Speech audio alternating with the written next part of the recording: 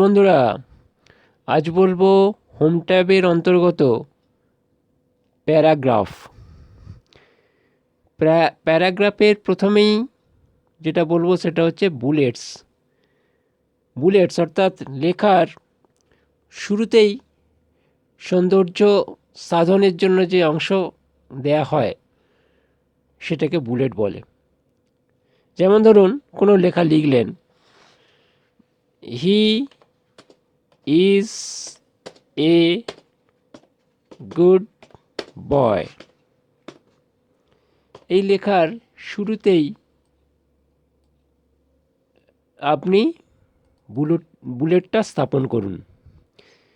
তাহলে প্যারাগ্রাফের ঠিক উপরের দিকে বাম দিকে দেখবেন, উপরে ঠেকালে দেখতে পাবেন বুলেট। সেখানে গিয়ে আপনার পছন্দ মতো বুলেট গ্যালারি থেকে পছন্দ মতো বুলেট স্টাইল বেছে নেবেন। ধরুন আমি এটা বেছে নিলাম। যেই বেছে নিলাম, আমি যতক্ষণ লিখব, অর্থাৎ তার পরের লাইনে আমি লিখলাম, ধরুন C is a good girl, দিয়ে এন্টার দিলাম, সঙ্গে সঙ্গে বুলেটটা এসে যাবে। এইভাবে আপনি লিখবেন আর এন্টার দেবেন, বুলেট স্টাইলটা আসতেই থাকবে। কিন্তু পরপর যদি দুবার এন্টার দিয়ে দেন, তখন আর বুলেট স্টাইলটা আসবে না। ওকে। আর নতুন করে যদি বুলেট স্টাইল আনতে চান, তাহলে বুলেট গ্যালারির একদম নিচের দিকে দেখতে পাবেন ডিফাইন নিউ বুলেট। ওই ডিফাইন নিউ বুলেটে ক্লিক করবেন। করলেই দেখবেন একটি উইন্ডো, ছোট আকারের উইন্ডো আসবে। সেখানে দেখতে পাবেন বুলেট ক্যারেক্টার, সিম্বল, পিকচার দেয়া আছে। আপনি আপনার পছন্দ মতো বাছবেন, বেছে নিয়ে ওকে করবেন। এখানে ধরুন আমি একটি পিকচার নিতে চাই। পিকচারে ক্লিক করলেই দেখা যাবে ফর্মে file, stock image, online picture, form icons. আপনার যদি হার্ড ডিস্কে কোনো ছবি থাকে, তাহলে ফর্মে ফাইল থেকে নিতে পারবেন, স্টক ইমেজ থেকেও নিতে পারবেন। আর আপনি যদি অনলাইন থেকে কোনো পিকচার বেছে নিতে চান, তাহলে অনলাইন কালেকশান আপনার থাকতে হবে। অনলাইন কানেকশান থেকে আপনার পছন্দ মতো বেছে আপনি আপনার, সেটা ফুলের হতে পারে বা কোনো পশু পাখির হতে পারে, আপনি সেটা বাছবেন, বেছে নিয়ে নেবেন।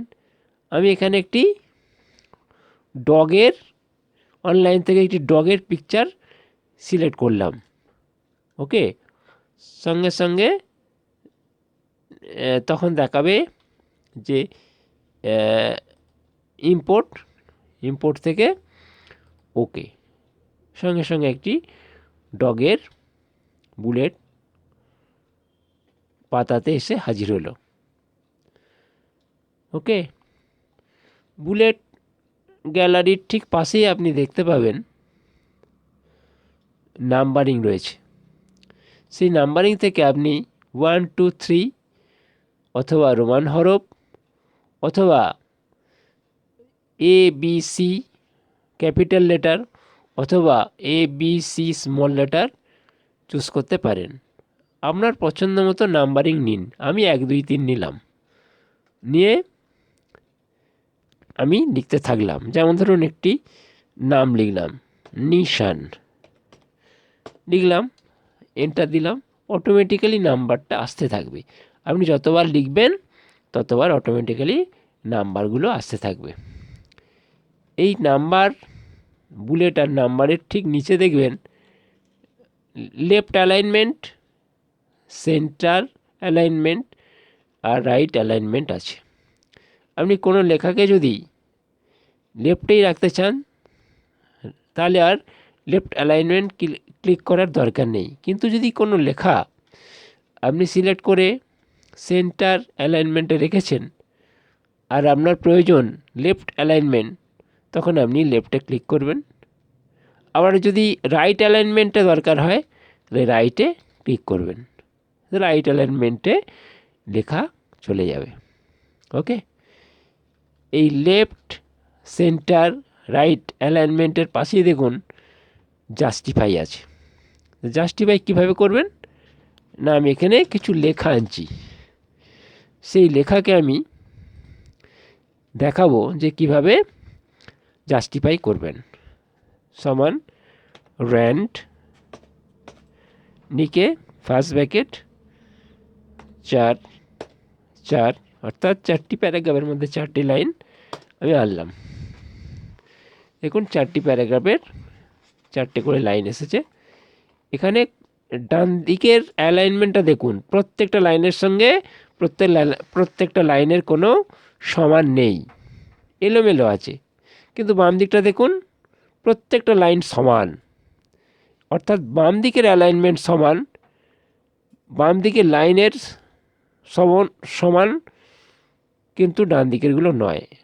আমি একটি প্যারাগ্রাফ সিলেক্ট করলাম, করে জাস্টিফাই লেফট ক্লিক করলাম, সঙ্গে সঙ্গে দেখুন ডান দিকের প্রত্যেকটা লাইন সমান এসে গেল। ব্যাপারটা বোঝাতে পারলাম, জাস্টিফাই হয়ে গেল। জাস্টিফাইয়ের পরে দেখুন প্যারাগ্রাফ স্পেসিং, অর্থাৎ একটা প্যারাগ্রাফের সঙ্গে বা একটা লাইনের সঙ্গে আর একটা লাইনের যে স্পেস মানে দূরত্ব, সেইটাকে এই স্পেসিংয়ের সাহায্যে কমানো বাড়ানো যায়। ডিফল্টে 1.0 ছিল, 1.15, 1.3, 2.0, আমি যেই এক ধাপ করে নিয়ে যাচ্ছি দেখুন লাইনের মধ্যে এক লাইনের সঙ্গে অন্য লাইনের দূরত্ব বেড়ে যাচ্ছে ক্রমশ। 3.0 দেখুন কতটা দূরত্ব বেড়েছে, অনেকটাই আছে। এবার আপনি যদি এটাকে কমাতে চান, 1.0 হয়তো 3.0 আছে, আপনি এটাকে কমাতে চান, তখন আবার লাইন স্পেসিংয়ে যাবেন, গিয়ে লাইন স্পেসিং অপশানে যাবেন, গেলে আপনার এখানে অপশানগুলো দেখা যাবে। আপনার যেরকম প্রয়োজন সেই অনুযায়ী স্পেসিংটা রাখবেন, রেখে ওকে করে দেবেন। ঠিক আছে, এই লাইন স্পেসিংয়ের পরেই দেখুন আছে শেডিং। ধরুন আমি এই দুটো লাইনকে শেডিং দিতে চাই, শেডিংয়ে গিয়ে ক্লিক করব, ড্রপ ডাউনে ক্লিক করলে নানা রং দেখা যাবে, আপনি যে কোনো একটা রং পছন্দ করতে পারেন। আমি ধরুন এখানে লাল সিলেক্ট করলাম, দেখুন পুরো লেখা, 2 লাইনের লেখা শেডিং নিয়ে নিয়েছে। এবার আপনি যদি শেডিং না চান তাহলে 2 লাইনকে সিলেক্ট করুন, করে শেডিংয়ের ড্রপ ডাউনে যান, দেখবেন প্রথমেই শেডিং কালার্সের প্রথমেই আছে সাদা, ওই সাদাতে ক্লিক করুন, আপনার যেমন অবস্থা ছিল তেমন অবস্থায় ফিরে আসবে। ওকে, এই শেডিংয়ের ঠিক উপরে দেখুন ডিক্রিজ ইনসার্ট আর ইনক্রিজ ইনডেন্ট, এই দুটি অংশ আছে, ডিক্রিজ ইনডেন্ট, ইনক্রিজ ইনডেন্ট। আমি একটি লাইনকে সিলেক্ট করলাম, করে আমি যখনই ইনক্রিজ ইনডেন্ট করব তখন দেখুন লাইনগুলো কেমন সরে সরে যাচ্ছে ডান দিকে। আবার যখন ডিক্রিজ করব তখন লেফট অ্যালাইনমেন্টের দিকে চলে আসবে।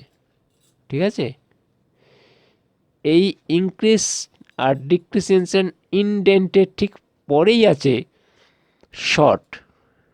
শর্ট অর্থাৎ সাজানো, ছোট থেকে বড়, আবার বড় থেকে ছোট, অর্থাৎ ঊর্ধ্বক্রম, মানের ঊর্ধ্বক্রম, মানের অধক্রম।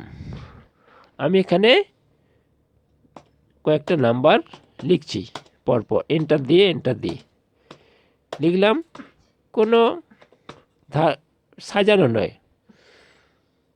আমি এখানে এই নম্বরগুলো সিলেক্ট করলাম, করে শর্টে গেলাম, গিয়ে লেফট ক্লিক করলাম। এখানে দেখতে পাবেন অ্যাসেন্ডিং আর ডিসেন্ডিং। অ্যাসেন্ডিং যদি টিক হয়ে থাকে তাহলে ডিসেন্ডিংয়ে ক্লিক করুন, করে ওকে করুন। দেখবেন ডিসেন্ডিং করলে বড় থেকে ছোট হবে, আর আবার যদি আপনি শর্টে ক্লিক করেন, করে অ্যাসেন্ডিং টিক দিয়ে দেন, দিয়ে ওকে করেন, দেখবেন ছোট থেকে বড় হয়ে গেছে। ওকে, এই প্যারাগ্রাফের ঠিক পরেই আছে স্টাইল। স্টাইল মানে লেখা স্টাইল। আমি একটি প্যারাগ্রাফকে সিলেক্ট করলাম, করে পরপর আমি এই স্টাইলগুলোতে ক্লিক করছি। দেখুন লেখার স্টাইলটা কেমনভাবে বদল হয়ে যাচ্ছে। আশা করি দেখতে পাচ্ছেন এবং বুঝতেও পাচ্ছেন। দেখুন কেমন বড় হয়ে যাচ্ছে ক্রমশ, আবার কখনো ছোট হচ্ছে, অর্থাৎ স্টাইল যেমন সেরকম লেখাগুলো হচ্ছে। হলো। আর এই স্টাইলের ঠিক পরেই আছে এডিটিং। এডিটিংয়ের প্রথমেই আছে ফাইন্ড। ফাইন্ডের দেখুন ঠিক পাশেই একটি ছোট্ট ড্রপডাউন আছে, ওই ড্রপডাউনে ক্লিক করুন, দেখবেন ফাইন্ড। প্রথমেই পাবেন ফাইন্ড, তারপরে অ্যাডভান্স ফাইন্ড, তারপরে গো টু। প্রথমে আসি ফাইন্ডে। ফাইন্ডে গিয়ে লেফট ক্লিক করলাম। আমার যে জিনিসটা ফাইন্ড করতে ইচ্ছে যাচ্ছে, ধরুন এখানে আমার ফর আছে, ফরটাকে আমি সিলেক্ট করলাম, করে ফাইন্ডে ক্লিক করছি। যতগুলো ফর আছে সব দেখা যাবে এবং সিলেক্টেড, হলুদ রঙের সিলেক্টেড কালারে আপনি দেখতে পাবেন যে সেগুলো আমি খুঁজছিলাম সেইগুলো কালার হয়ে আছে।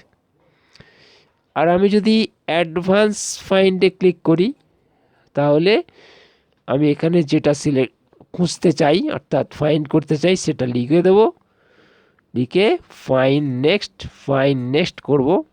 যতক্ষণ না ফাইন্ড পুরো হয় ততক্ষণ চলতে থাকবে। তারপরে দেখাবে একটি ছোট্ট উইন্ডো আসবে, সেখানে আপনি ওকে করে দেবেন। ফাইন্ড অর্থাৎ খোঁজাটা শেষ হলো। ফাইন্ডের ঠিক নিচেই আছে রিপ্লেস। রিপ্লেস মানে বদল।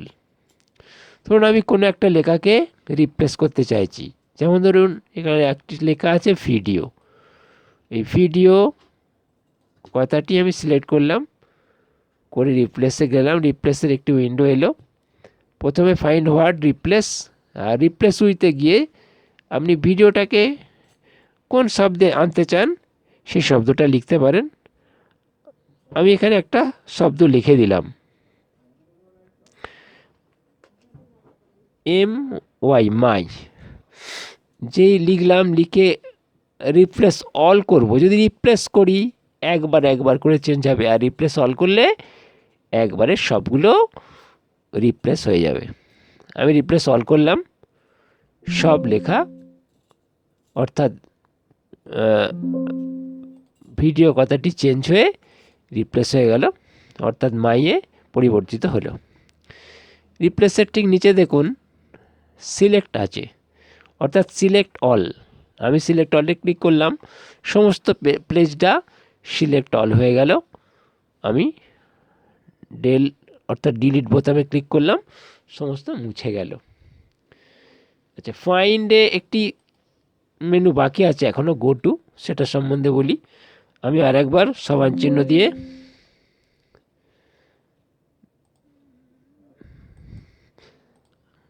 সমান চিহ্ন দিয়ে র্যান্ড লিখছি, লিখে 10,10 অর্থাৎ 10টা লাইন 10টি প্যারাগ্রাফ লিখে এন্টার করলাম। দেখুন বেশ কয়েকটা পেজ বেরিয়েছে। সেই পেজের একদম শেষে গিয়ে আমি লেফট ক্লিকটা করে দিলাম, করে ফাইন্ডে গিয়ে গো টুতে ক্লিক করলাম। আমি যেখানে আছি, যেখানেই থাকি না কেন, ধরুন আমি 1 নম্বর পাতায় যেতে চাই, তাহলে গো টুতে গিয়ে আমি 1 লিখে দেবো, লিখে দিয়ে গো টুতে ক্লিক করব। সঙ্গে সঙ্গে আমার কার্সারটা 1 নম্বর পেজে চলে যাবে। ঠিক আছে বন্ধুরা, আজ এই পর্যন্ত। আপনারা ভালো থাকুন, সুস্থ থাকুন। ধন্যবাদ।